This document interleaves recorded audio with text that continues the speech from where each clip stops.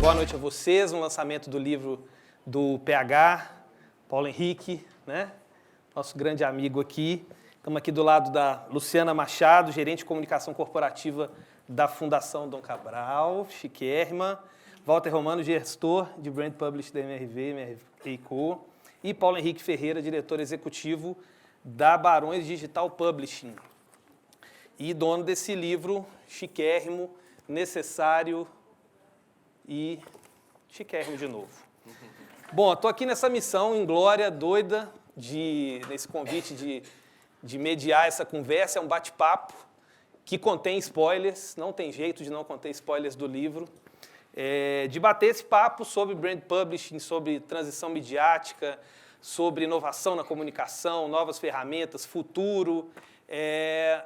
Tem algumas perguntas, um bate-papo que vai rolar aqui, mas também eu quero deixar livre para vocês, de vocês perguntarem, mediante as dúvidas ou o que vocês ficarem com vontade de perguntar aí. Eu acho que não é só um bate-papo aqui entre a gente, não, tá? Quero deixar livre para vocês aí.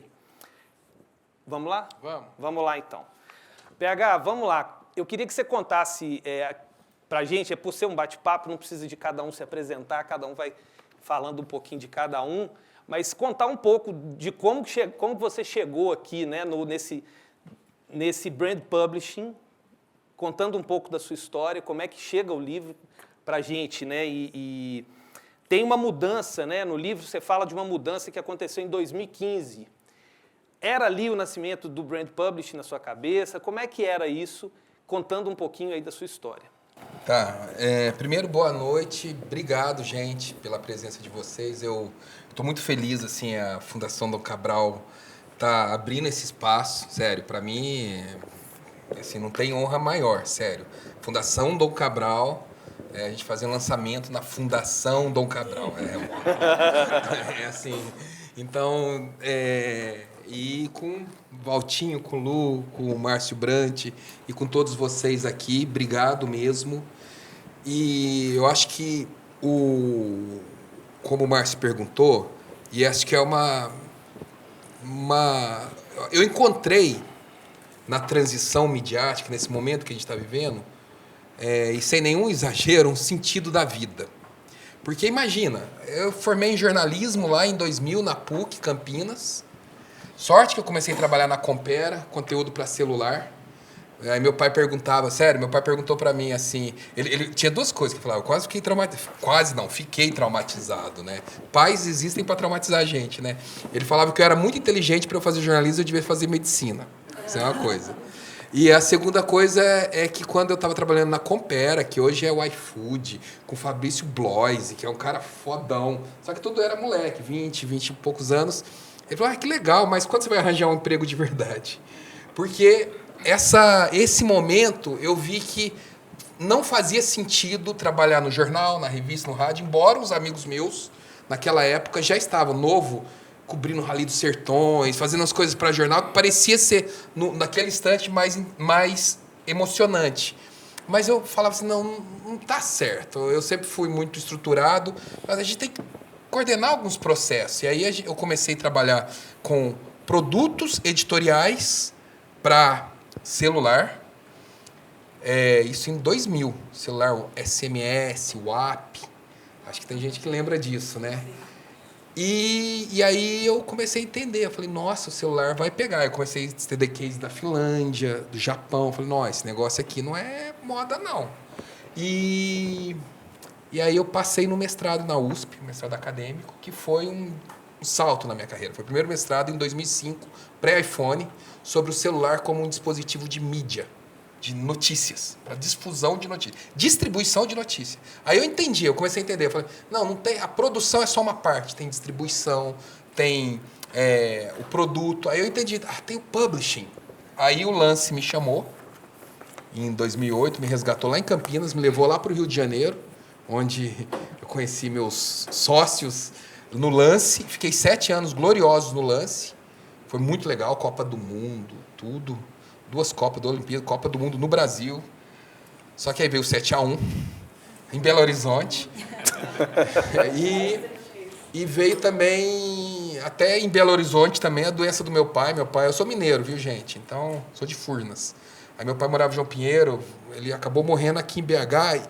E nessa época, foi engraçado que o trauma da medicina, né? Eu falei, nossa, se eu fosse médico, eu salvava a vida do meu pai, né? Eu tava perdidaço. E aí que veio a transição midiática. Eu falei, não, peraí, esse mundo antigo, meu pai morreu, eu falei, esse mundo antigo morreu. Não existe mais. Não dá para eu ficar no jornal tentando manter um jornal vivo. Aí eu fui para a FSB, as agências... A FSB é ótima agência, mas as agências também com discussões muito superficiais. Não, a gente tem que fazer algo...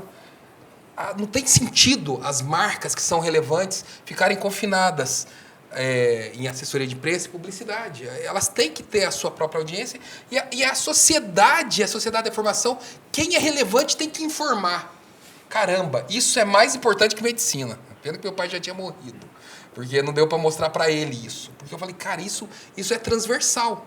É o brand publishing, é a marca sendo publishing. Claro que o brand publishing é uma coisa instrumental, mas se você pôr, e aí a primeira parte do livro, Transição Midiática, botar, extrapolar filosoficamente, é a necessidade de uma comunicação informativa, editorial, por todos os agentes relevantes da sociedade. Isso abriu meu mundo. Aí eu saí da FSB, fui para Nova York, vi uma empresa chamada Newscred, que depois foi vendida, mas ela era tipo uma Barões. Voltei convencido que tinha que montar uma empresa de brand publishing, para não ficar perdendo tempo, para não ficar discutindo com o diretor de arte de agência, para não ficar discutindo se metaverso, Twitter, TikTok... Não, vamos estruturar a questão da mídia proprietária, da marca ser um publisher e depois integrar as outras coisas digitais. E aí foi quando o Bruno e o João trabalharam comigo, eu catei eles lá no Rio, é tudo menino lá no Rio, trabalharam no lance, fizemos as coisas juntos, aprendemos a trabalhar juntos, e aí a gente montou a Barões. Então são 6 anos, e aí chegou uma hora que precisava consolidar tanto essa visão, que o livro tem 3 partes. A primeira parte é transição midiática, que é a parte mais gostosa, que conta história e tal, desde o telégrafo até a internet, que são rupturas muito grandes de mídia. O Machado de Assis falava, tem Machado de Assis no livro, do telégrafo. E a segunda parte são os cases, que tanto a MRV Co quanto a Fundação Dom Cabral estão nos cases. A Wipod é citada, inclusive. E a terceira parte é a parte de futuro, que vai exigir da comunicação, não só que ela seja transversal, todas as áreas precisam ser publisher. Saúde, imagina, época de antivax, época de desinformação, engenharia, economia, finanças, todas as áreas precisam informar, até para tirar espaço dos oportunistas e construir a sua reputação, sua autoridade e tratar com dados. Então, assim, isso é transversal e a comunicação se sofisticou. Não é operação, é gestão, é processo. Isso facilita, inclusive, a interlocução com CEOs, com CFOs. Então, é preciso, por isso que está aqui na Fundação Dom Cabral, é muito importante essa mensagem, porque é uma carreira brilhante que não pertence só a jornalistas, a publicitários ou a relações públicas. Pertence a todas as cadeiras e todas as formações que lidam com a sociedade, que são relevantes na sociedade como um todo, que tem impacto. Não é social no sentido só, não é no sentido de filantropia, é social, impacto social no sentido da sociedade. Então, acho que não vou falar mais para a gente falar, mas um pouquinho resumido é isso. E, assim, hoje eu tenho essa questão como missão de vida. Eu acho que a gente vai, daqui 10 anos, as marcas mais relevantes não vão ser aquelas que têm mais dinheiro para investir na novela. Vai ser a que mais informa, melhor cumpre o seu papel de serviço de informação, editorial, educação e respeito à sociedade. Muito bom. Pensando na maior trend, que é o tal do expectativa-realidade, né? Como que esse termo, como que esse conceito chega, então, a gente vai depois entrar mais no específico para falar do Seja Relevante, para falar do Habitability. Como é que esse termo chega na Dom Cabral e quais os desafios aí do termo, né? Como é que ele chega para a comunicação corporativa? Bom, boa noite, gente. É um prazer receber Barões, PH, João, Felipe, Bruno aqui na nossa casa. E o termo chega com aquela pessoa ali, sabe? Walter Romano, que implantou a sementinha Brand Publishing aqui na Fundação. E a gente foi amadurecendo esse termo. Nós somos uma instituição de ensino. Então, nós temos como natureza a produção de conhecimento, né? E a gente tinha uma dor. Nós ainda temos, mas isso melhorou muito. Vou dizer que 90% melhorou. Essa produção de conteúdo, ela vem de várias frentes, né? De várias áreas. E ela era produzida de uma forma bem desordenada. Tá? Então, os núcleos de pesquisa geravam ali conhecimento, mas guardavam na gaveta. Então, o Brand Publishing veio muito para cumprir para nutrir essa dor, né? Falar assim, não, peraí, vamos organizar esse negócio. E aí, é claro que não foi fácil, a gente vai falar mais para frente como é que foi a implantação, vamos falar um pouco na prática, mas acho que muito disso, assim, como é que a gente, né, como que nós, instituição de ensino, fundação, a gente tem um compromisso de multiplicar e de compartilhar esse conhecimento com a sociedade. Como é que a gente faz isso, né? Então, por meio de uma plataforma, com toda uma estrutura, com toda uma metodologia. Então, a gente foi implementando isso, essa sementinha, fomos regando, até que virou o projeto. E hoje ele já é super aceito, super reconhecido pelas pessoas, pelos docentes, que era inicialmente uma resistência que nós tínhamos, mas que hoje a gente já consegue entender que, poxa, a nona melhor escola de negócio do mundo, no Brasil, né? Nós somos os primeiros aqui no Brasil a fazer o Brand Publishing. Então, nada melhor do que consolidar e reforçar esse nosso posicionamento, né? Então, acho que é isso, assim. Acho que isso foi sendo quebrado aos poucos, mas que a gente tem colhendo frutos excelentes e reconhecimento interno, inclusive. Muito bom. E lá, o Valtinho, você plantou semente aqui, pegou semente, e ele começou levou lá, entendeu? Conta pra gente aí, lá na MRV, como é que chegou esse termo, né? Se me permite voltar um pouquinho. Porra, tia Cena, que você tá doido. Eu acho que a fala do PH me conectou num lugar muito legal, que tem a ver com a minha transformação também, que eu acho que pode ser útil para qualquer pessoa que trabalha com comunicação pensar isso também. Quando ele falou da história do pai dele, eu lembrei de uma história do meu pai que eu não estava conectado. Falei, nossa, faz todo sentido. Um dia eu cheguei em casa, já fazendo publicidade. Meu pai é economista, não é publicitário, mas ele sempre ficou muito interessado pelas coisas que eu me interessava. E aí ele falou, filho, eu vi uma propaganda tal, achei muito legal. Eu falei, pai, e aí? Mas aí eu liguei a televisão de novo, ela repetiu. E vi de novo, sei lá, num dia ela passou 10 vezes. E aí tem uma lógica de mídia que é de impacto e frequência, né? E eu falei, pai, eu fiquei com vergonha dele estar me contando isso, que estava frustrando o interesse que ele teve por aquilo.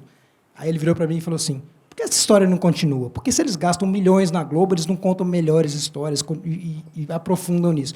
Era um hack no jeito de pensar a publicidade que ele estava ali, mas que era uma coisa que, na minha cabeça, já começava a transformar. Assim, por que não estender isso? Porque no mundo que está em transformação, que você tem canais digitais, que depois viria a ter canais proprietários de YouTube, Spotify, enfim, tudo isso, as marcas não se preparavam para aprofundar no relacionamento com quem estava no entorno delas, com histórias mais complexas, e que fosse no campo informacional, como o PH fala, ou no campo de entretenimento, emocional, enfim, tantas coisas que hoje são feitas por pessoas e que as marcas demoraram muito para entender que poderiam estar nesse lugar de creators, que é o que as pessoas fazem hoje. Então, agora é a corrida inversa, né?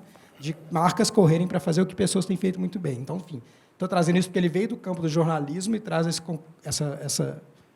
insight dele até onde ele chegou, e eu venho do campo da publicidade e acaba chegando no mesmo lugar, que eu acho que também de não ter tanto distanciamento hoje, né? Assim, como trabalhar a comunicação, você precisa que o pensamento publicitário esteja conectado a um pensamento documental, de mais profundidade, long form, que o jornalismo consegue fazer também.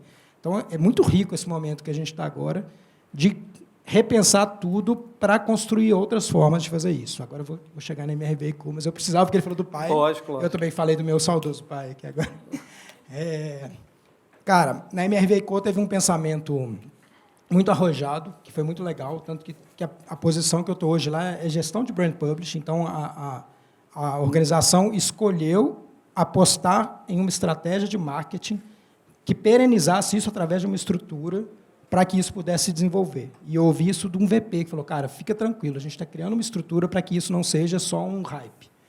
E isso deu segurança para a gente de fazer uma pesquisa com profundidade lá dentro para entender quais eram os lugares de autoridade da marca e, ao mesmo tempo, de dores que tinha em conexão com diferentes stakeholders para poder trazer algo que gerasse valor rápido numa lógica de publishing, não de publicidade, que pudesse, né, entender que precisa de disciplina, recorrência, um médio e longo prazo, não é algo que você vai colher resultado imediato. E foi muito legal, porque tinha uma dor muito ligada ao ESG, né, que é um tema quente hoje. A gente está falando da MRV Co, como uma indústria ligada à habitação, um dos maiores problemas globais hoje, que é o déficit habitacional, e o ESG está na veia disso. No Brasil tem a questão do S, do social, muito forte ali. E a gente foi investigar esse lugar e a gente descobriu que tinha 2 lugares que a gente teria dores para atacar. E, enfim, no livro conta um pouco disso, não vou aprofundar, acho que vale vocês lerem e depois vocês mergulhem nos ambientes. Que a gente tinha um lugar que era de reputacional, que a gente endereçou depois com Habitability, para trabalhar as questões relacionadas ao futuro do habitar. Então, uma organização em transformação, a maior construtora do Brasil, que quer pensar o futuro de como traz soluções habitacionais. Então, esse lugar, o Habitability endereça isso. E um outro lugar que é na relação com as pessoas. Hoje, um em cada 150 brasileiros mora no MRV hoje. Quando eu vi esse número, eu falei, nossa, isso é muito grande. Capilarizado pelo Brasil inteiro. Então, a relação com as pessoas que moram ou que virão a morar. Então, um senso de comunidade muito forte aí, que a gente chama até de vizinhos, essas pessoas. Quais são as histórias dessas pessoas? Quais são as dores dessas pessoas no momento de pensar planejamento financeiro, de pensar a decoração, a reforma do lar, nasceu um filho, tem pet, casa, separa, mãe solteira. Todas as realidades sociais, culturais do Brasil têm muita conexão com quem entrega a questão do lar. Então, essas 2 plataformas caíram como uma luva. Assim, e foi um presente para mim, acho que para o Washington, para a Gabi, que trabalham comigo ali, poder desenvolver essa narrativa e como a gente poderia construir isso. Então, tem muito desafio, óbvio, interno, mas a gente foi quase uma carteirada assim, lá de cima. Vai, façam, isso precisa ser feito. A gente é uma marca muito grande e precisa construir novas formas de se comunicar com o público. Legal. O PH, você fala... Vamos voltar para você agora, falando o seguinte. No livro você fala que você não é saudosista, né? Eu sou um tiquinho mais... Parece contraditório pensar na inovação e ser saudosista, mas quando você fala que não é, eu fico pensando nas marcas, no que você falou aqui. Será que as marcas são saudosistas e querem fazer o antigo, né? Assim, não querem pensar esse para frente? E aí eu chego na outra pergunta também. O que você, no lugar de Barões, viu em MRV e viu em FDC quando chega com esse termo, né? Qual que é a sua percepção aí de pessoa que quer implantar esse conceito? Qual que é a sua percepção das marcas? Tá, sobre o saudosismo, tem uma música do Guns que fala Yesterday Got Nothing For Me. Eu gosto muito dessa música e talvez até tem uma questão pessoal. Assim, a gente já falou do nosso saudoso pai, nossa saudosa mãe. Minha mãe também é falecida há muito tempo. Eu acho que assim, o passado ele pode ser cruel e ele serve para te impulsionar para frente.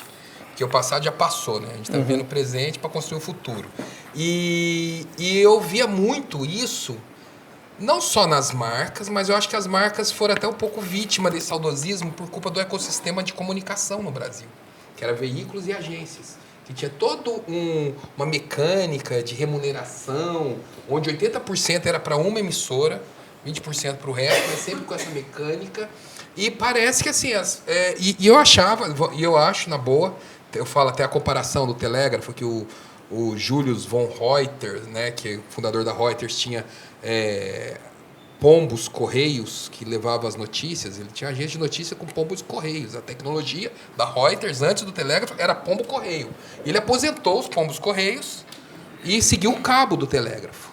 E aí a sociedade virou global. O termo online veio do Telégrafo, do século XIX. Layoff de pombo. Foi o layoff de pombo. Entendi.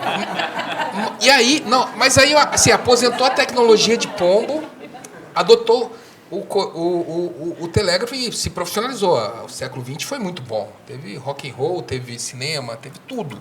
Só que chegou um ponto, quando a internet veio, que aquilo não cabia mais.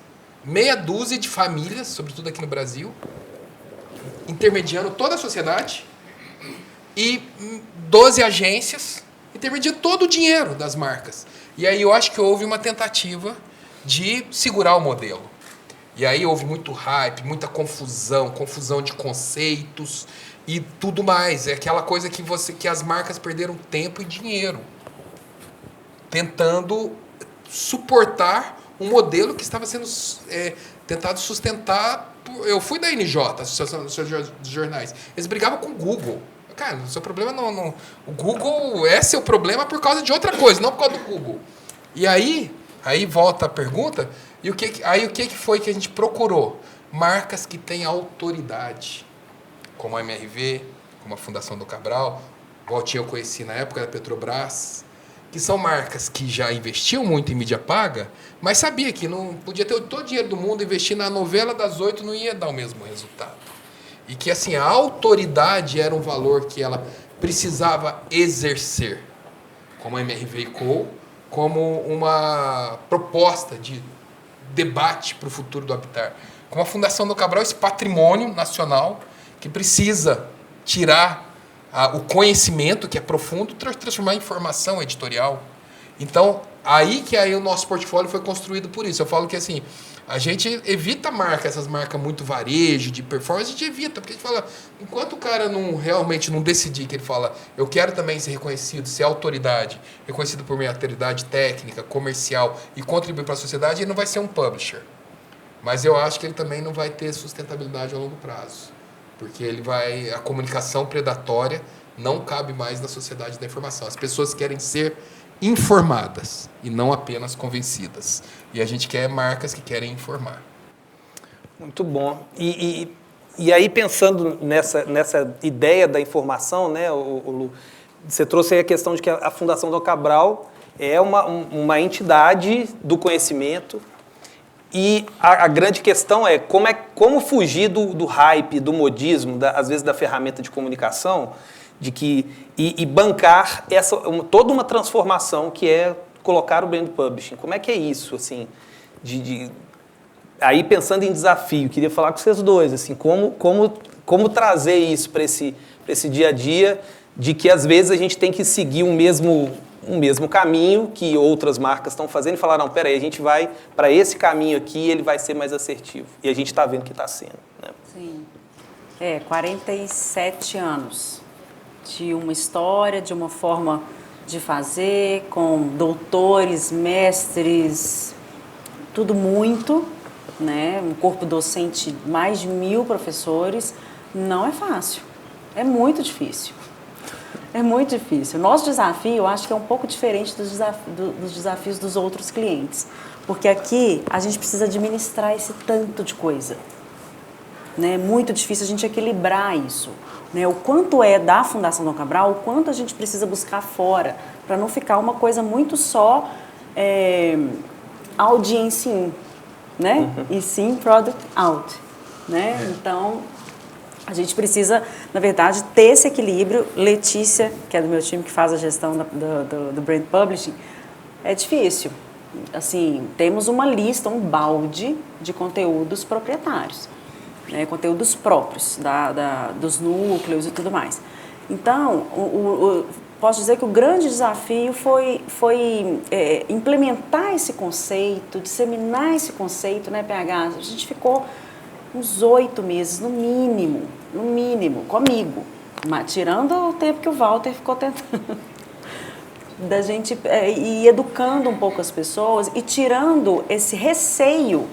Porque a gente não está aqui para substituir o conteúdo acadêmico. De jeito nenhum. O conteúdo acadêmico, ele sempre vai ter o lugar dele. Mas a gente está aqui para tornar o conteúdo acadêmico palatável e acessível. Numa linguagem jornalística, numa linguagem rápida. O mundo hoje não dá mais para a gente ficar lendo aquele tanto de coisa. Se você quiser, se for interessante para você, você vai atrás. Né? Então, foi um pouco difícil, mas que foi hoje, né, PH? Eu vejo que é super bem aceito. As pessoas realmente entendem o quanto a gente conseguiu tangibilizar, né, isso tudo aqui que a gente vê antes de virar moda, né? A gente já trabalha as coisas, já estamos sabendo das coisas bem antes. Então, esse é um desafio, tá? E o outro desafio é a governança desse projeto, né? Dentro de uma casa com esse perfil, né? A gente precisou pensar muito estrategicamente na governança desse projeto, porque a gente precisava ali de aliados, né? Vários aliados e vários embaixadores para defender o projeto, o conceito dentro das áreas. E é esse o papel do comitê.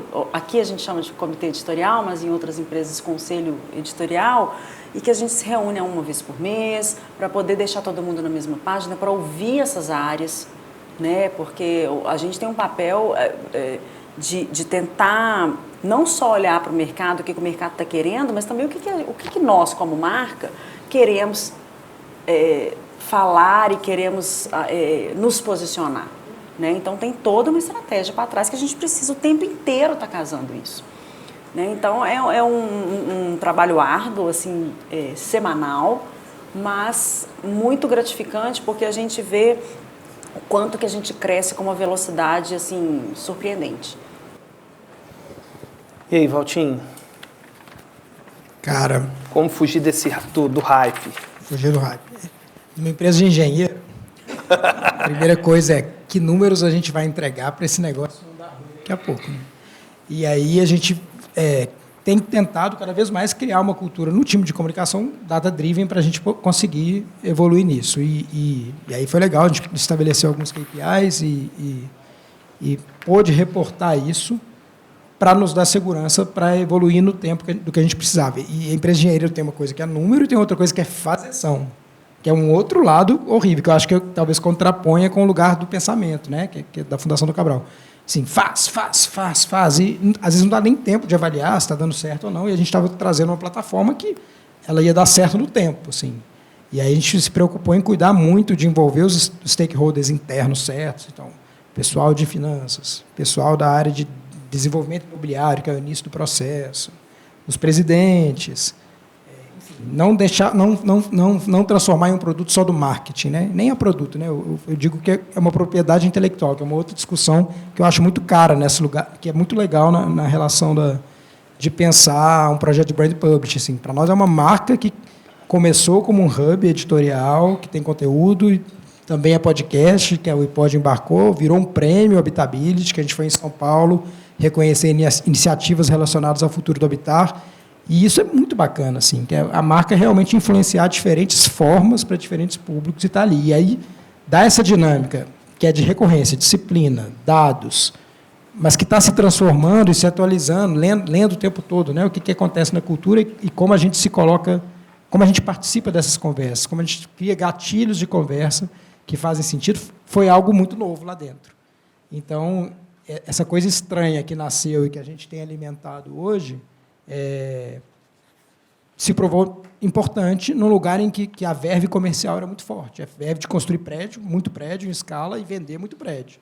E a gente falou, cara, e se a gente tivesse um lugar também de pensar, de construir o futuro, de conectar pessoas que estão fora daqui para pensar com a gente? Aí vem desde o Silvio Meira, que está sempre com a gente, que hoje ele é conselheiro da MRV Co., ao Jan Gehl, que é o papa do urbanismo na Dinamarca, que topou. Um cara de 85 anos parou 1h30 para conversar com a gente. E quando ele topou, a gente falou, meu Deus, o que está acontecendo? Essa ideia faz sentido. Né? E, sim, vários outros entes tipo esses se envolveram. Então, para nós foi irresistível entender que estava dando certo. Aí só cabia depois endereçar internamente um reporte, né, do que a gente estava construindo. E engraçado, vocês falaram a mesma palavra. Dá trabalho fazer isso, né, gente? Assim, quando a gente fala de recorrência e fugir do hype, de não usar a comunicação como job, tem um job para fazer, dá trabalho. Como é que as duas instituições entenderam isso? Assim, isso vai dar trabalho. É muito legal, fujo do hype, mas dá trabalho. Como é que o restante, como é que toda a comunidade da FDC, como é que a MRV viu isso como trabalho? Ou não viu? Vimos. A gente o Walter criou uma, né, assim, A gente teve que criar um escopo, uma vaga para ele. Não tem ali um colaborador dedicado a esse projeto, é o escopo dele, né? E no início, mas eu acho que parece ser muito doloroso, mas a metodologia é tão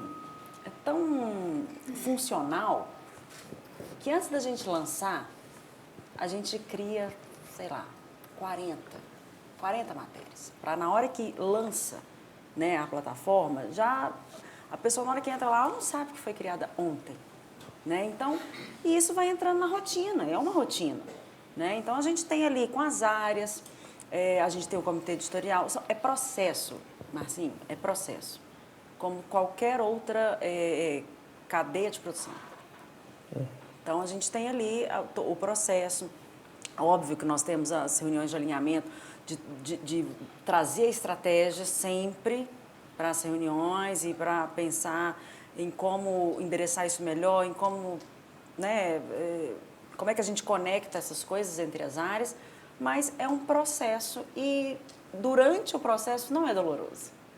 A gente sofre de antecipação, mas não, durante o processo... Letícia, estou mentindo?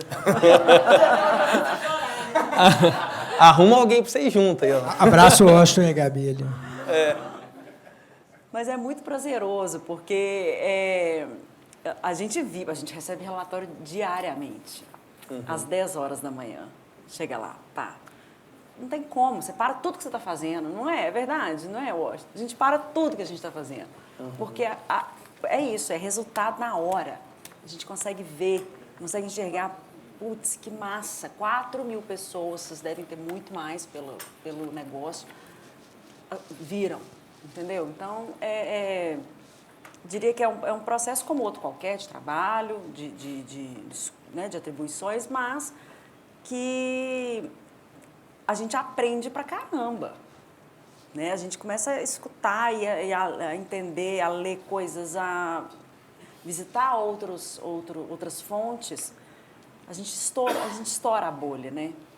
Querendo ou não, é um projeto bacana nesse sentido também. E nós, como instituição de ensino, a gente fica muito ali dentro daquela bolha do que está sendo executivo, e a gente estoura essa bolha e traz para o universo das organizações. Então, é bem legal. Eu cresci muito. Eu comecei esse projeto com o Washington, depois trouxe o Daniel, depois trouxe a Alê, e a gente cresce o tempo inteiro juntos. Nós, com a Barões, eu tenho certeza que a Barões conosco, porque nós não somos fáceis, não. A gente é bem chato. A gente é bem exigente, bem chato, né? Acho que não deve ser diferente. Não é. Só antes de passar para o Valtinho, é muito legal isso, falar do processo organizado e consistente. Eu acho trabalhoso aqueles negócios de campanha, de passar a noite virado e fazer aqueles negócios, De boa, só. Isso eu acho que dá eu passei trabalho. por isso há pouco tempo, relembrei isso, foi doído. Doído. Isso eu acho, assim, o povo, né, aí, não sei o que, pede pizza à noite porque ferrou a agenda, aí chega, não sei o que, o cliente na prova, aí não é isso, isso eu acho muito. O publishing não, depois você vira um processo com consistência e organização, você começa a ter capacidade, inclusive, de antecipar coisas. E aí, gente, é um pouco daquilo, antes de passar por volta, é um pouco do desafio da disciplina de comunicação. Como se posicionar nas organizações mais como gestores do que como operadores. Porque a comunicação, durante muito tempo, viveu um drama de que... eu conto a história no livro, né, que o CEO que vai ver uma campanha do concorrente. Eu quero uma igual. Aí todo mundo sai correndo amanhã, como se não descolar da estratégia. Ou então, quantas vezes já vi marca falar, agência, né, falar, vamos botar um outdoor no caminho para o CEO ver. Gente, isso aí não é profissional. Então, assim, acho que a profissionalização da comunicação torna menos doloroso o processo. Embora você tenha que convencer, porque você tem que falar, gente, a comunicação cresceu. Não somos aqueles meninos que ficam correndo atrás das coisas, não. A gente planeja coisa a longo prazo. E essa é a mudança cultural, né? A transição midiática. Dá trabalho, Valtinho? Se a gente tem um time muito bom, me ajuda, né? Gosto, Gabi, dá trabalho, gente? Dá nada, né? Mas eu estou falando do time e eu acho que isso faz toda a diferença, né? Se eu fosse num lugar de montar um time só com publicitário, talvez eu tivesse muito mais trabalho de desconstruir como eles foram formados. Então, trazer o Washington, que é um cara de jornalismo, que tem uma visão super legal de como contribuir para o editorial. E a Gabi, que é uma publicitária, né, Gabi? Mas com visão de planejamento, de organização, que conseguem acalmar minha verve criativa para estar no lugar da disciplina, do processo, e acordar, e estar nas reuniões, e fazer aquilo. E, enfim, compor esse mix, né, com perfis diferentes, para criar, o PH brinca que eu falo sempre, essa comunicação contemporânea, que eu acho que a gente está na idade da pedra dela ainda, tá? Reinventando uma coisa que está sendo transformada, eu acho que ajuda muito. E esse negócio de ter o dado em tempo real é incrível mesmo, assim, você poder ver, deu certo ou não. Ah, tá, aquele insight sem lastro e informação que alguém teve, funciona ou não? E você fala, cara, olha, lembra isso aqui? Talvez não seja bem assim. Então, isso é muito legal. E aí eu acho que conecta com a pergunta anterior e com essa, assim, a questão da autorreferência, eu acho que é um ponto muito importante para a gente dizer aqui também que o publishing traz, né? Marcas são viciadas em falar de si próprias. Isso não faz o menor sentido, gente. A gente tem que falar sobre as pessoas que, de alguma forma, estão conectadas com a gente. E aí elas vão gostar da gente. Só que, na escolha, na hora de investir dinheiro, de escolher, se você faz publicidade, é 30 segundos, então você tem que falar de si próprio. Mas você faz outras formas, você consegue ser mais sutil, você consegue estar mais presente, você consegue ter recorrência, você consegue contar histórias mais longas, e você vira a marca que está conectada na cabeça das pessoas. Então, óbvio, não estou falando para acabar com a publicidade, mas é um mix que você tem que conseguir balancear bem isso. E o lugar do publishing é esse lugar de não ficar interrompendo as pessoas o tempo todo, né? De como conseguir fazer sentido na jornada da pessoa, porque importa para ela no dia a dia ali. E já que é para ser saudosista, deixa eu ser também, né? Moderador pode ser saudosista, né? Depois de 15 anos, eu tive uma produtora onde a gente fazia job, spot, jingle, trilha para filme, e a gente não via esse resultado, né? A gente não via essa sinergia com a marca. A gente fazia, Carol está aqui, gravava o spot para a gente nunca vê, não sabe, foi bom. E teve um caso de insucesso que virou sucesso. Eu lembro de uma vez que eu comecei a vender sound branding, não sei se alguém lembra, que é o famoso Plim Plim da Globo, né? Foi maravilhoso, eu não vendi nenhum. Foi muito legal. Mas eu lembro do Euler, para quem aqui de BH, que é dono do Super Nosso, eu lembro que eu fui lá, né, crente, com todas as teorias e tal, de que eu ia vender para o Super Nosso. E aí ele falou, quantas caixas de leite que eu vou vender a mais por isso? Aí eu falei, não sei. E aí, obviamente, não vendi, deu errado, deu ruim, voltei para o meu spot e tal. E essa foi a grande dor de por que montar o iPod. Eu falei, se eu vou fechar o estúdio e vou começar a trabalhar com podcast, com algo, né, que isso que faça sentido para o cliente, que eu consiga trabalhar junto com o cliente, com a marca, e que eu consiga metrificar. Se eu não conseguir mostrar que eu faço sentido, eu vou voltar para o mesmo que eu estava fazendo. E aí vem minha pergunta, sair do momento saudosista. Nos nossos áudios, né, que a gente troca aí e tal, o podcast, ele entra nesse lugar do publishing? Qual que é a lógica, já que tem recorrência, dá trabalho, né, é pauta o tempo inteiro, né, Washington e Gabi, poucas pautas, Fabi está aqui, Tadeu não está aí, né? Está em algum lugar, está fora. Está ali fora. É publishing?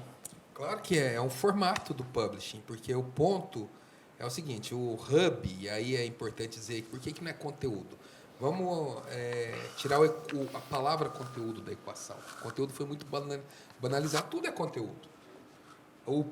Quando a marca vira publisher, ela começa a desenvolver propriedades intelectuais proprietárias. Por isso que a importância do publishing é plataforma, conteúdo, distribuição. O conteúdo é rei, a distribuição é a rainha. Você não pode... E a plataforma é a propriedade onde gera esses dados. Você não pode depender de um terceiro. Quem aqui já anunciou em veículo, sabe que o veículo manda o resultado, um print de Excel, que lá não diz nada. Então, a marca ter a sua própria plataforma, ela tem uma vocação de não só trazer gente para a propriedade dela, inclusive tirar das redes sociais e trazer para quem for, porque as redes sociais não dependem. Rede social é paid media, é mídia paga, é de terceiro, é do Zuckerberg. Aí depois o Elon Musk acorda doido e depois tira tudo lá. E aí o Spotify também. Então, o podcast é um formato que enriquece muito a estratégia de publishing, E quanto mais integrado à mídia proprietária, mais efetivo ele vai estar. Assim como o vídeo, assim como os conteúdos ricos. Por isso que a marca sendo publisher, ou seja, ela sendo essa gestora de informação editorial, ela vai ter a liberdade não só de fazer vários formatos, inclusive podcast, e integrar com várias redes atuais e futuras, porque elas mudam também. Então, aí você diminui a dependência de plataformas de terceiro. E aí que é a tal da desintermediação. A marca entrando aí com essa função de desintermediação, criando uma audiência própria, uma comunidade, e ela vai ser relevante na medida que a marca for relevante, que, que o projeto de publishing dela for relevante, ela vai ter autonomia. E aí ela vai deixar o promocional para os momentos certos, que vai continuar existindo, a assessoria de imprensa, RP também para esse relacionamento, mas ela vai ter autonomia não só de construir uma audiência, do Thoughtful Leadership, mas de dados também. Que é uma conversa que a gente está muito fazendo e que as marcas estão indo agora com a LGPD, com o mundo cookies, e o podcast entra nesse cardápio aí potente de brand publishing da marca. E é tão interessante isso, essa questão da marca proprietária, que eu estou aprendendo ainda, isso é novidade, mas pensando isso nos donos das marcas, né? Novidade mesmo, né? O Daniel Ek, dono do Spotify, acordou e falou assim, vou tirar alguns analytics. E tirou essa semana. E aí aí nós tivemos uma reunião com o pessoal deles lá de podcast, a Rede Podcast, falei, e aí, por que tirou? Não, tirou. Mas e aí? O que vai acontecer? Não, ainda a gente não tem resposta. Então você fica refém, né, da plataforma para essa metrificação, que é um problema. Mas entrando agora, vamos falar agora de como a gente está falando de dado, de resultado, o seja relevante. O que a gente, falando aí de implementação e de resultados já colhidos, né? O que você pode falar, Lu, para a gente do seja relevante, do hub, né, de conteúdo, dos resultados que já são vistos e que empurram, né? Quanto mais a gente vai vendo resultado, isso mais vai dando empolgação e a gente vai para frente. O seja relevante estamos na primeira infância, vamos dizer assim. Temos 1 ano e meio, mas que já nos colocou ali na 8ª posição de ambientes digitais, né, do mundo dos negócios. Nós estamos ali já na 8ª posição de grandes veículos como o Exame, como a própria Forbes. Então, isso é muito interessante. Na hora que você começa a comparar com as outras plataformas próprias, com pouco tempo, eu tenho site, nem sei há quanto tempo, né? Mas aí, na hora que a gente vê uma plataforma que está ali há 1 ano e meio e já está performando melhor, opa, tem alguma coisa diferente ali. O site eu vendo, o site eu conto de mim mesmo, né? Ali não, ali eu estou trazendo conteúdo, estou trazendo novidade, estou trazendo coisa de Harvard para aqui para dentro, estou trazendo coisa do mundo inteiro, estou trazendo uma reflexão da guerra da Ucrânia, o que isso vai impactar a gente? Né? O que vai impactar na sua organização? Então, a gente começa a entender que, opa, aqui tem um lugar que realmente a gente precisava ocupar, né? E que a gente começa a ver essa evolução. É claro que é um projeto, Marcinho, que é de médio a longo prazo. E a cada conquista vai nos instigando mais a querer mais, a querer mais, a querer mais. Né? E a querer mais no sentido de qualidade, de informação, né, de qualificação da própria audiência. Então, a gente está mais ou menos nesse momento, né, ou seja, relevante, só trazendo aqui alguns números, a gente tem a média de 4.000 acessos por dia, a gente implementou agora, essa semana, a newsletter, que também já começa a colher, né, a plataforma é um drive de coleta de dados. Então, isso é muito interessante, porque o nosso público é muito específico. Né? E é difícil fazer mídia paga. É difícil. Na fundação não é fácil fazer. O negócio da fundação não é fácil fazer mídia paga. Você tem que pescar assim, não dá para jogar a rede, não. É 1 a 1. Então, a plataforma ajuda a gente a entender um pouco o comportamento dessas pessoas, né? E o quanto isso está sendo realmente atrativo, o quanto a gente está entregando valor para a gente estar ali sendo considerado, né? Por incrível que pareça, a Fundação não é uma instituição reconhecida muito reconhecida no sentido de público mesmo, né? Vamos dizer assim, de capilaridade, a gente não é muito reconhecida em São Paulo. Tem outras marcas que usam a mídia paga para poder aparecer mais, né? Uma FGV, um IBMEC.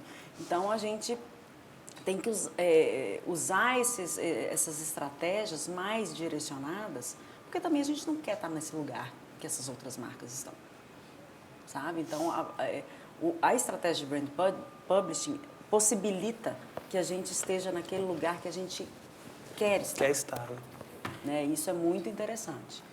A mídia paga é mais do mesmo, e quanto mais dinheiro você botar, mais você vai ser visto. Né? Entendi. E Habitability?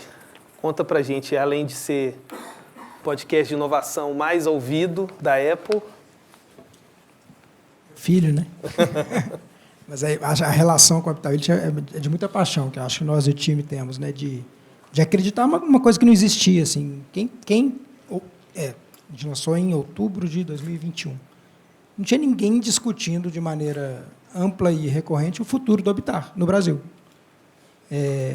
Isso era muito conectado ao desafio da marca MRV & Co. Né? Não sei se você sabe a diferença.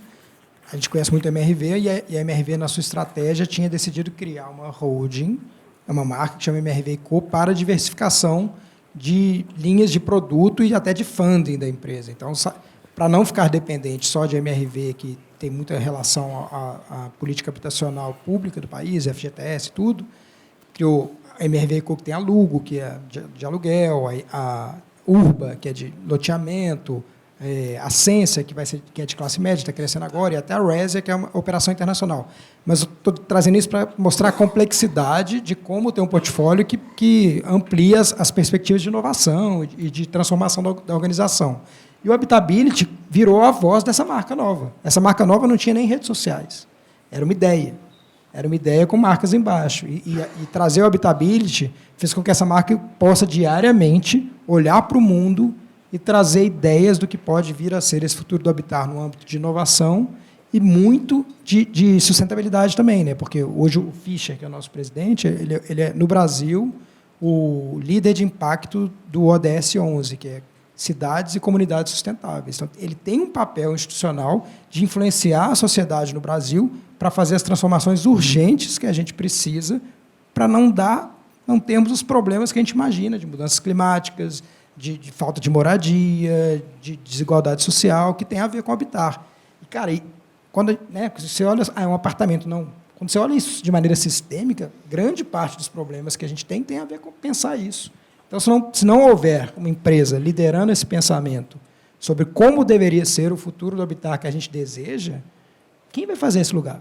E a gente tem cuidado disso para trazer outras empresas, que eu acho é muito legal, e isso talvez seja o gatilho mental mais que demora para as pessoas entenderem. Cara, não dá para discutir isso sozinho, tem que chamar a Cirela, tem que chamar, talvez, a Tenda, que é concorrente, a Abrainc, que é a associação de construtoras, para que a gente possa influenciar associações, outras empresas privadas, o poder público, as organizações de sociedade civil, para juntas tentarem encontrar solução para algo que é muito difícil, que cada ano que passa está piorando.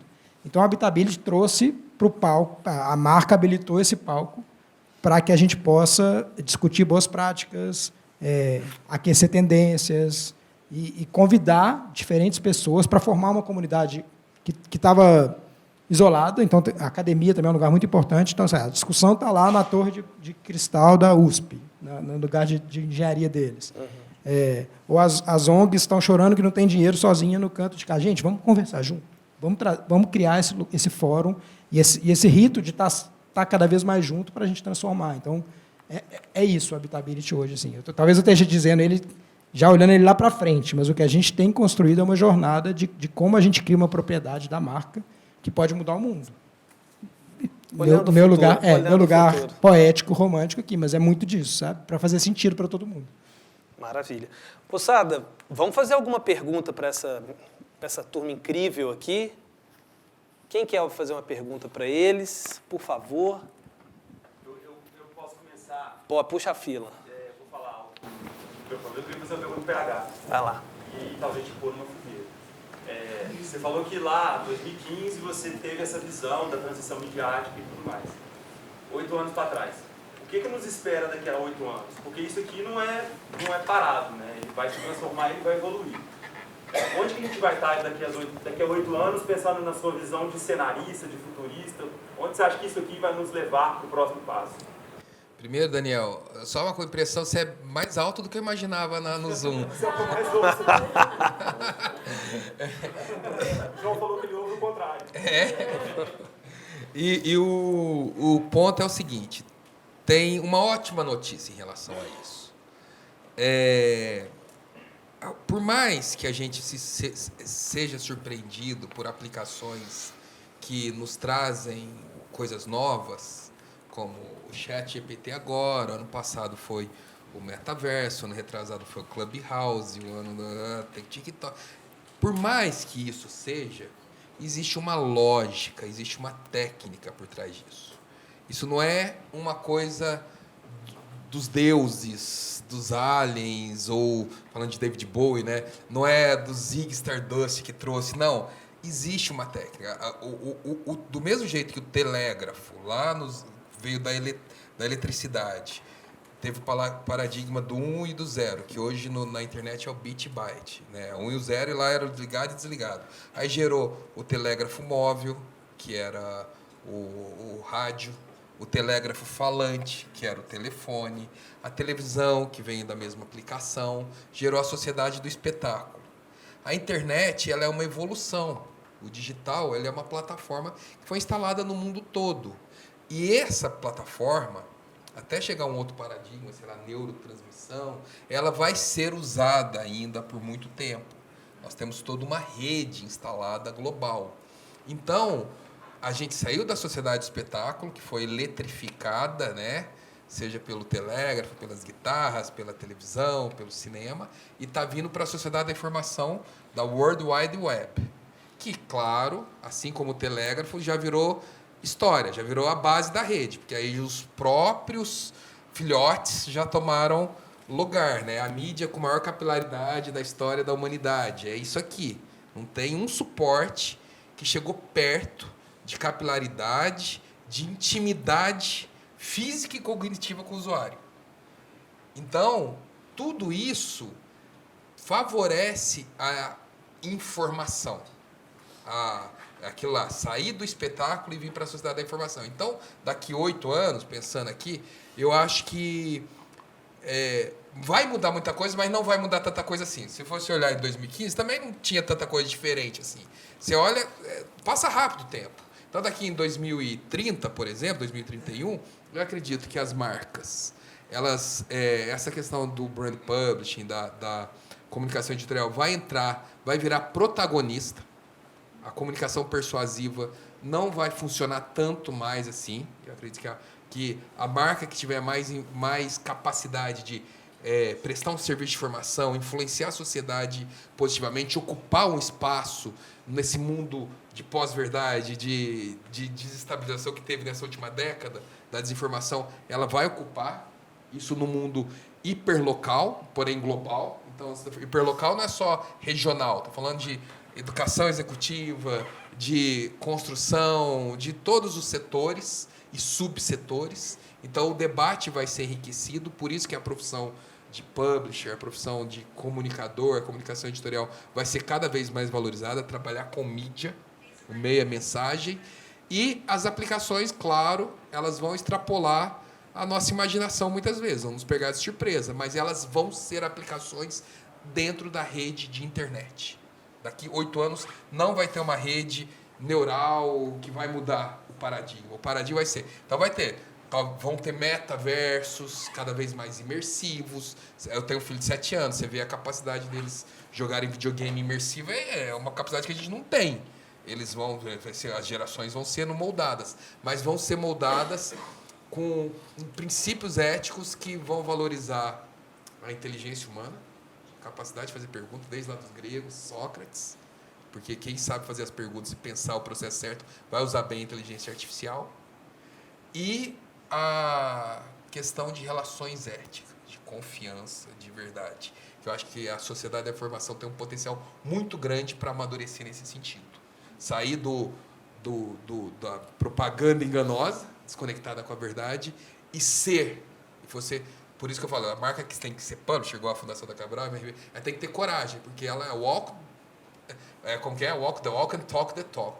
Né? Tem que saber falar. Então, eu sou otimista. Eu acredito que a comunicação, que a sociedade da informação, ela vai ajudar muito a sociedade até se autorregular. Muito bom. Mais alguém? Vai lá. Fala, garoto, né? Fala, garoto. Fala, Não é garoto. necessariamente uma pergunta, é um comentário. Quando eu fui para ler o livro, eu li esperando para onde eu poderia ir dentro do que eu já fazia. E aí eu acabei descobrindo que já era feito e meio que ele apontou, e aí eu queria até fazer um comentário em relação ao que a Luciana falou.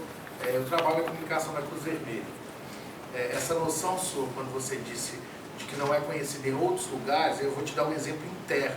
Não estou falando como instituição, mas estou falando o que eu percebi.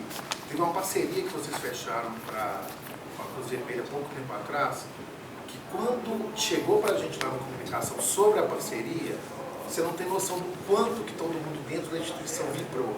O nome de vocês, a marca de vocês, na hora que chegou, olha, a gente vai ter um tipo de capacitação que vai ser feito, planejamento estratégico aqui da Cruz Vermelha, dado pela Fundação Dom Cabral. E isso foi assim, comemorado lá dentro, em todos os âmbitos, de uma maneira incrível.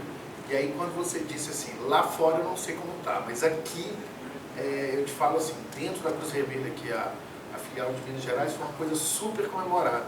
E aí quando eu disse, quando eu comentei que não é para onde ia, eu percebi o que já era feito, tem 1 ano e meio que eu estou na comunicação lá da Cruz Vermelha, e aí lendo o livro que eu fui perceber, que eu cheguei lá com esse gap. Toda vez que a gente ia para fazer qualquer tipo de comunicação, quando eu entrei lá, o grande desafio era, tá, mas como que a gente vai fazer com que a Globo publique, com que a Record publique e tal? E aí eu percebi que de alguma maneira eu fui um dos que começaram a mudar para gente, Cruz Vermelha, nós temos 187 anos como instituição no mundo, aqui em BH 108 anos, será que realmente a gente precisa esperar que a Globo entenda que a gente é pauta? Não dá para a gente criar a nossa própria publicação, a gente fazer, tipo assim, a gente mostrar que, opa, o que a gente faz é relevante. Vocês, se quiserem, replicam o que a gente diz. A gente não precisa contar com vocês. Eu fui ler o livro esperando para onde ia e eu descobri que a gente já fazia um pouquinho disso. Ó, isso pode ser uma pauta que seja relevante, inclusive. Muito bom. Eu tenho uma pergunta para a Luciana. Eu sou educadora e um dos trabalhos que eu faço é redigir e gravar videoaulas em cursos de capacitação de professores. E tenho trabalhado nos últimos anos como grande editora e junto entre as minhas funções estava criar listas de leitura sobre aqueles temas para esses professores. E o que começou a acontecer foi que esta editora não tinha investido até então no brand publishing e eu comecei a esbarrar em conteúdos de concorrentes. Então, coisas que eu queria incluir nessa lista, direcionar os professores para essas leituras, eu não podia fazer, porque eu estava esbarrando no problema da concorrência, né? Então, você falou uma coisa aí que deu uma estrelinha aqui no meu cérebro, você falou algo sobre a reação dos professores da fundação. Como que, eu queria te perguntar, pensando na outra ponta do processo, como que é essa cultura de quem então vai contribuir com conteúdo, vai contribuir com a educação, como que tem sido isso para vocês, do lado dos educadores, né, da fundação? Isso foi um dilema, um receio inicial da casa, né? Nós somos docentes, né? A maioria dos gestores são docentes também. Então, esse era um receio que tinha. E aí o PH trouxe essa visão de forma muito educativa, a questão da curadoria, né? Então, assim, não tem problema, muito pelo contrário, né? A gente quer trazer a informação para o executivo, seja de onde ela for, né? Para os profissionais. A gente precisa munir essas pessoas, esses profissionais, daquilo que está acontecendo no mundo, seja feitas aqui dentro, seja feita lá fora. E isso foi muito legal, porque hoje em dia o comitê editorial, que é composto também por alguns professores, eles trazem, assim, naturalmente outras referências. A Fundação tem um pouco essa característica, assim, ela sempre olha para fora, né? Mas é claro que no momento de uma produção existe a vaidade, né, do professor, existe o crédito. Então, o legal do Brand Publishing é que ele dá o crédito, a gente não esconde isso, muito pelo contrário, a gente dá visibilidade para esse profissional, para esse docente, mas também eles entenderam que não tinha problema trazer, porque eu não vou deixar de valorizar, eu não vou deixar de ter o comentário dele. Muito pelo contrário, é uma curadoria feita pela Fundação Dom Cabral, então isso também tem um crédito diferente, né? Então a gente traz muitas vezes assuntos quentes do mercado, mas a gente traz a visão do especialista, a visão técnica. Então a gente consegue fazer essas integrações que não distanciam, muito pelo contrário, aproximam, tá? É o remar junto, né, que a gente estava falando, né? Exatamente, não tem concorrente, são complementares, né? Então a gente quebrou essa visão. Virou um empecilho para continuar. Esse medo do concorrente, para de ver o concorrente como não, vai aprender com ele, né? Vai ter espaço para todo mundo. A nossa sociedade é tão carente de referências e de informação, e a gente precisa de uma escala tão grande. Porque antigamente, no século XX, né? Antigamente. Antigamente, Sabe quantos por cento de pessoas liam jornais? 6%. Jornal era coisa de burguês. Revista. Então, a gente aí, de repente, vem o celular e traz dezenas de milhões de pessoas para começar a ler notícia. Você acha que eles iam ler notícia certo? É esperar demais. É ser meio cruel de querer a gente que nasceu, fez curso superior, achar que as pessoas que entraram despreparadas, daí a importância da educação midiática, isso é outro tema, vão saber distinguir. Por isso que eu acho que eu sou otimista do futuro, porque você tem uma nova galáxia de publishers muito mais, com muito mais, não é mais 6 famílias, você 20 mil publishers. E aí esse negócio de concorrente fica irrelevante, porque na verdade todo mundo está na mesma missão, de levar a escala, dar uma escala nunca vista para a informação.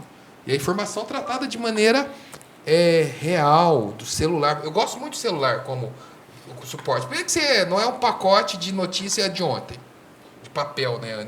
Que negócio. Segundo que a resolução boa, tal, ele é multimídia. E ele favorece uma cognição rápida. Porque nós não vamos exigir que as pessoas leiam a revista New Yorker, grandes reportagens de 12 páginas, que eu trabalhei no lance. Os jornalistas tinham esse objetivo, é uma vaidade, assim, que é irreal com a nossa sociedade. Então, se você tem a humildade da Fundação Dom Cabral, que foi um grande desafio, né?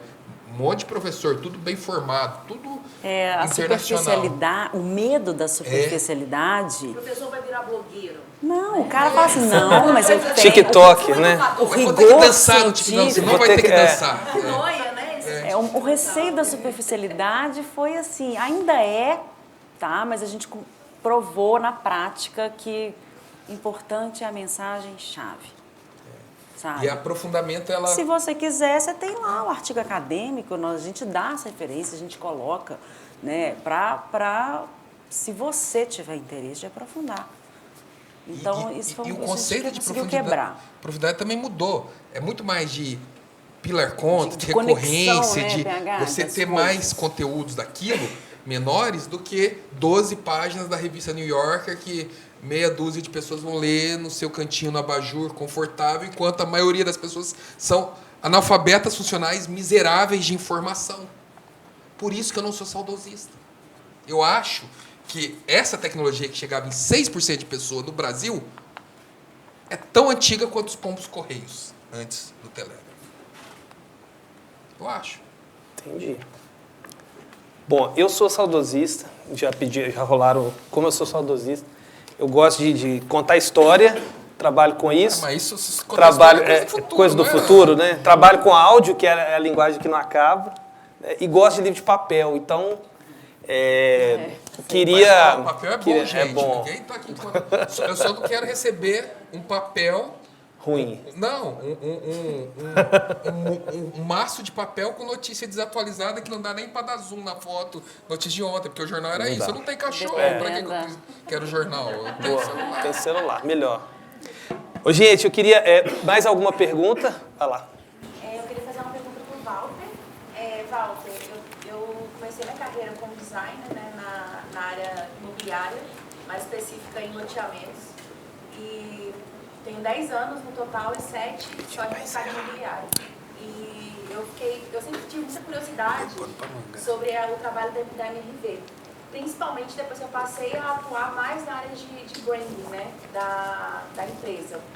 E eu fiquei pensando, assim, você falou sobre o podcast, que vocês trabalham sobre a sustentabilidade, como que as pessoas se relacionam, né, com os locais que elas vivem.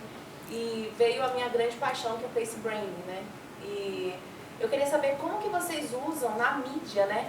Como que vocês trabalham isso? Porque eu ainda vejo que, primeiro, place branding é um termo visto até um pouco elitista pelo brasileiro, né?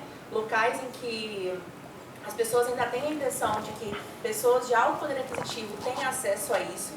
E estudando um pouco mais sobre o assunto, a gente percebe que são, às vezes, pequenas intervenções que fazem com que as pessoas se relacionem com aquele local, né? E que não precisa de uma coisa grandiosa, não é um Alphaville da vida, né? Mas são pequenas coisas que transformam, né, o cotidiano e que fazem com que as pessoas tenham mais qualidade de vida através do local que elas convivem. Então eu queria saber como que vocês disseminam, porque eu vejo a MRV como um público muito popular, né? Claro que tem seus recortes, mas como que vocês falam disso através das mídias de vocês, né? Disseminando esse conhecimento de place branding? Não exatamente sob o conceito de place branding, mas dentro do que você está falando, uma das evoluções de negócio que a gente tem hoje é pensar cidades inteligentes, que vão ser as smart cidades MRV. Elas vão ser bem frequentes daqui a pouco. Conhece um pouco disso também. Mas ela é fruto de pensamentos que a gente elabora sobre o futuro do habitat, que tem muito da escuta, que eu acho que essa é a grande transformação. Enfim, isso tem muito, é o lugar que conecta o futuro da habitação com o que é o brand publishing. Havia uma lógica de construir e vender, vender. Agora a gente tem que entender como o comportamento das pessoas e esses arranjos sociais que têm a ver com o habitat estão evoluindo para conseguir, num produto que é de ciclo longo, né? Você tem que comprar um terreno agora, pensando na construção que vai ser um lançamento, vender, que a pessoa vai morar lá, sei lá, daqui a 5, 6 anos. Então, o pensamento de cidades inteligentes ou de smart cidades nosso é de como você pode criar melhores lugares de convivência, que vai ter uma pessoa que tem um tipo de renda convivendo com a pessoa que tem outro tipo de renda, que tem um espaço público adequado, que não isola a pessoa, não confina a pessoa dentro do prédio só da área cercada ali dentro, que tem permeabilidade visual, que, enfim, não precisa de uma cerca fechada para que te tire da visão do que acontece fora da cidade, que tem a iluminação adequada, que tem as árvores adequadas, que tem os serviços tecnológicos adequados. Sei lá, a pessoa não tem espaço, vai ter uma lavanderia coletiva, vai ter o carro compartilhado, já prevê que daqui a pouco vai precisar de abastecimento elétrico. Então, é antecipar essas demandas sobre perspectivas de tendência e também de dores que você consegue ter a partir dessa comunidade muito grande de moradores que a gente já tem hoje. Então, eu acho que é nesse lugar que a gente está hoje, assim, de como antecipar isso, trazendo produtos que respondem a isso e que também tem uma comunicação que responde a isso também. E aí eu acho que conecta com a pergunta que o Daniel fez lá atrás, sobre as mudanças tecnológicas, do que vai ser daqui a 8 anos. Eu acho que as marcas que utilizarem tecnologias ou ferramentas como publishing, que geram recorrência de contato com os públicos, não só falando sozinha, mas ouvindo e participando dessas conversas, vão ter comunidades fortes que vão claramente estar preparadas para qualquer transformação que vier depois, de inteligência artificial. Se a internet acabar visualmente, ela vai virar só áudio, só vai ser assistente de voz. Nessa rede, que você é um nó ali dentro, quem tem uma comunidade forte, sabe ler essa comunidade, sabe transformar isso ou em conteúdo, ou em produto, ou em serviço, vai ter um destaque em relação aos outros. Então, acho que, no final, enfim, peguei o seu gancho para conectar no outro. Eu acho que é um movimento de muita sensibilidade, escuta de quem está próximo ali para dar os próximos passos, de não fazer sozinho. Muito bem. Gente, queria agradecer a presença de todo mundo. Salve de palmas para esse autor chiquérrimo, Valtinho, Luciana. Obrigado. Vamos ter um coquetel agora, né? Vamos continuar bebendo.